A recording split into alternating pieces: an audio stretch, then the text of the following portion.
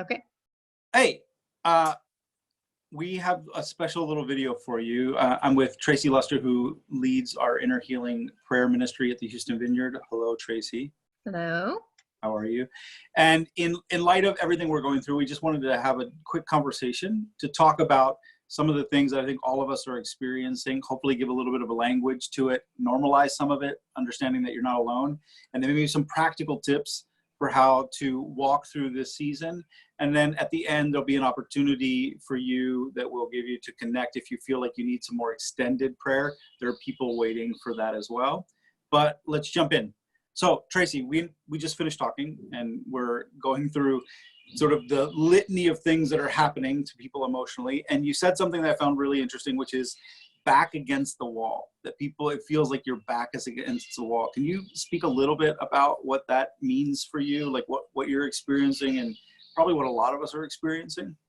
Yeah. So I feel like a lot of us probably have that feeling like our back's against the wall. For me, it is like teaching my kids how to do school, keeping them fed, keeping our house full of paper products and food products, and then just life and all the things that go wrong in that process. And I feel like it also can include people who are trying to get their own job done and take care of their kids and do all of the things that are demanded of us right now, and doing that in isolation. So doing that without your built-in community, your built-in things that keep you steady, the built-in life groups and going to church and spending time with friends, praying with friends, just bouncing things off of people. That's not there anymore. And so it just really makes you feel isolated, like you're alone, and like your back's up against the wall. Yeah. And so when that happens, like there's clearly an opening for us to emotionally respond to the situation. And most of us will emotionally respond leaning back into things that bring us comfort or brought us comfort in the past. And you were sharing sort of like a rundown of some of those things. What are some of the things that you see and that you think we're prone to fall back into or start as a comfort in this season? Yeah, I think the easy ones are Netflix, or just immersing yourself into television or media, but like television or movies for extended periods of time. Like there's no one telling you to stop. You don't have to go to bed because you may not have to get up in the morning. The simple things are that, and we all watch shows that we wouldn't share with our pastor, that we actually watch them, but they're not horrible. But there's shows that we don't share with our pastor. We don't recommend to somebody. But so just sitting there and watching TV. And then the other things are like the things that in moderation, there are things in moderation. So that's the thing that's in moderation, that's fine. Other things that we might be turning to are things that maybe we had a problem with before, or maybe we didn't, and we're just turning to it now. But alcohol and gambling, gaming. My husband has been playing online games with his friends, just for an hour or two, not for 12. But gaming, further isolation, if you're a person who just really loves this isolation and you're diving deep into isolation.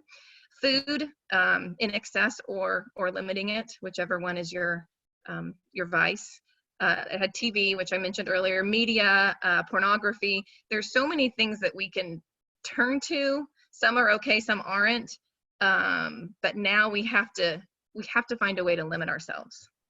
Yeah, so essentially we can turn to old crutches, old things that sort of comforted us in times of stress, and they're sort of like old companions that we had thought we had left on the journey, and realized they were somewhere in the back that we've been pulling with us, and they've come back with a vengeance.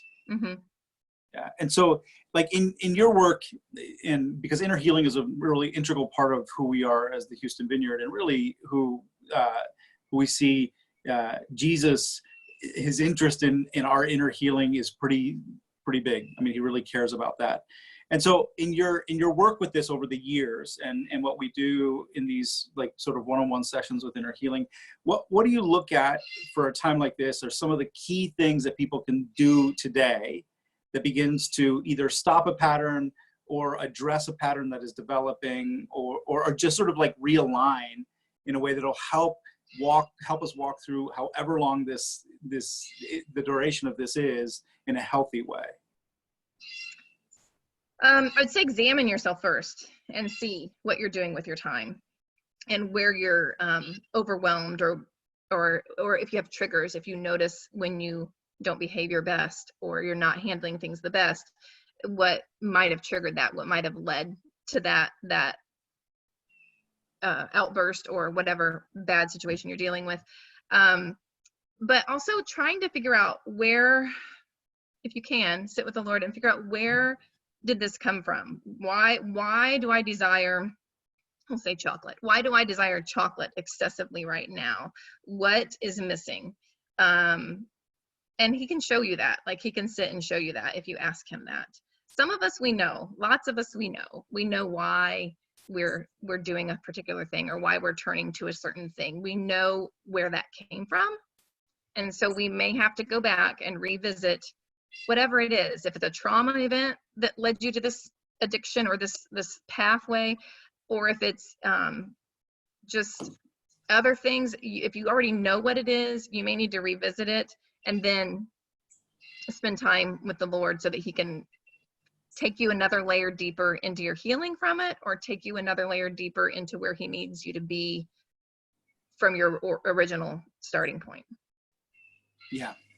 And so, like, prayer is like a huge part of this. And we usually have some sort of go-to prayers, like Jesus help me now. That's a big one, especially in this time. And Jesus help my kids.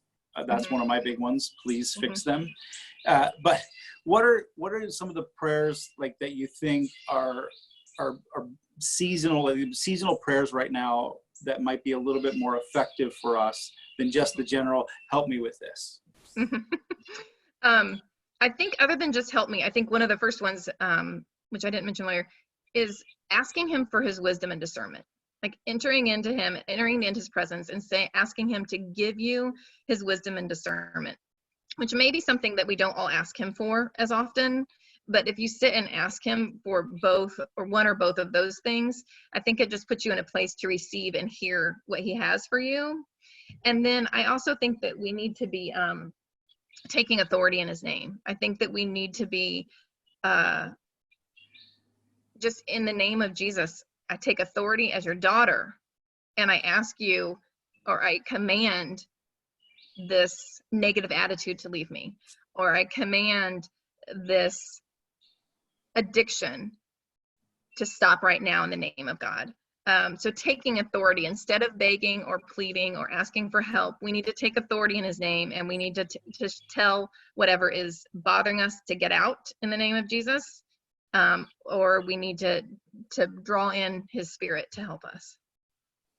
So like I see, like the first thing is inviting him into our chaos. So like sort of being vulnerable and saying, here, Jesus, like I need you here where all of the chaos is happening. And then the other one is not to take for granted who we are and whose we are. So those are two really clear ways to sort of address what we're going through. One, inviting him into chaos, and the other one, speaking life to our circumstances and even to ourselves, as we're sort of like using our authority and saying, you know, addiction, yeah, this ends today. We're also reminding ourselves of whose we are and what that means. The other thing is, we're not really designed for this, are we? Like, no. We're not designed for this isolation and to like figure this stuff out all by ourselves. And so, can you speak into that a little bit? Yeah, we're not designed to live by ourselves. And so this is a time where I feel like the enemy, we're in a great place for him to come in and say, that addiction that you used to have, that's who you are. That's what you should turn to. That's what you need. And it can be something as simple as, I mean, moms at the end of the day saying, I really need that piece of chocolate, or I really need that piece of cake or glass of wine. But it's his breeding ground right now to come in and say, you're not good enough. You exploded at your children too many times. You didn't get your work done for work today. You didn't do things right. And then there you are alone, and that's it. That's all you've got, is what he said to you.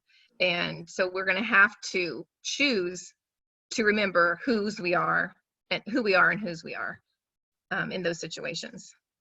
Yeah. And so it really is like separating sort of the truth from the lies. It's like really trying to figure out where the information that is like bombarding us is coming from. Mm-hmm. I think the other thing we had talked a little bit about is how much of our past could essentially begin to bubble up here. Things that through our busyness or through the rhythms of life that we have created, we have sort of kept at a distance.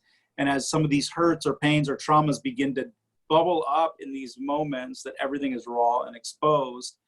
And I think that's a big issue that we need to address. When you, for example, you guys do inner healing sessions and you'll meet with people, two of you with somebody and talk through, how do you think that would be helpful in a season like this? If you said, okay, I've tried this whole taking authority thing. I've invited Jesus into the chaos. I've done all this stuff. I'm separating the truth from the lies and I'm stuck. Mm-hmm. How would maybe a session, like a time of prayer that's specifically oriented to where you're stuck in the inner healing aspect of it, how do you think that would be helpful in a season like this? Oh, it's helpful in all seasons, but it is, but specifically to this season. In this season, I think the same as in other seasons. I think having other people listen to what the Lord thinks and says you are and telling you those things, but then also you'll hear those things. There is just power in our numbers and power in people listening on your behalf and people being present on your behalf. And there's a depth that you'll go to that you just can't, I shouldn't say can't, it's hard to get to on your own. And also oftentimes for people who've had prayer in the past, also we can remind each other where you've been and where you've come and where you're at. Yeah. So speaking of that, guys, like just so you know that the inner healing prayer team is still working. They're ready to meet with people and set up some schedules. If you would like that, if you're hearing and say, I would really love to pray with somebody, I don't want to be dealing with this alone. There's things that are coming up that I need to process. I need to hear God's truth in and need to walk with somebody in. You can just email healing@houstonvineyard.org and they'll get back to you and set something up. It won't be in person, it'll be over Zoom, but these things, technology is working for us to still stay connected even though we're separated. Mm-hmm. And Tracy, I really appreciate this because I think it's really essential in this time, first of all, to acknowledge that we're not okay. Mm-hmm. Nobody is. None of us are. Everybody is trying to figure this out and it's okay not to know. Mm-hmm. And some of the practical things that you've shared with us of like the changing some of the way we pray, how we invite Jesus into our chaos, taking authority, and recognizing that this is a battle. There's a battle right now that's waged for our minds, for our emotions. I know for us with our kids, like I'll snap and it's not about what that happened. It's not about the spilled milk. It's about all the other stresses that are behind it. And that's the thing that just pushes us over the edge. It's like the tip of the iceberg. Yeah. Can I say one other thing? Please. I think anything that's running through your head that's negative is probably a lie from the enemy right now, trying to drag us down. Before we got on here, I had an outburst with my children and I went and sat down and all these negative thoughts came into mind as to the behavior they did was my fault because of something that I did or did not do that I should or should not have done. And no, that's not true. Everything is not my fault. That is a lie from the enemy. So when you feel like you're thinking negative thoughts about yourself repeatedly, even yes, we make mistakes. Go apologize. I apologize to my daughter. Go apologize if you are in wrong and move forward. But if you're still thinking those negative things of what a horrible human being you are, that is a lie from the enemy. It's just a complete lie. And call it that and tell him that that's not true. I am a daughter of the Most High and I am forgiven. And then we move forward. Yeah. And I think also like, it's really important to understand we've got to be careful in caring for ourselves in this season because we have to deal with other people that aren't okay either. And even if you live alone, you're dealing with all the other all the other things that are happening around us that sort of play on our emotions. And there's this general sort of sharing of anxiety and emotions and frustrations.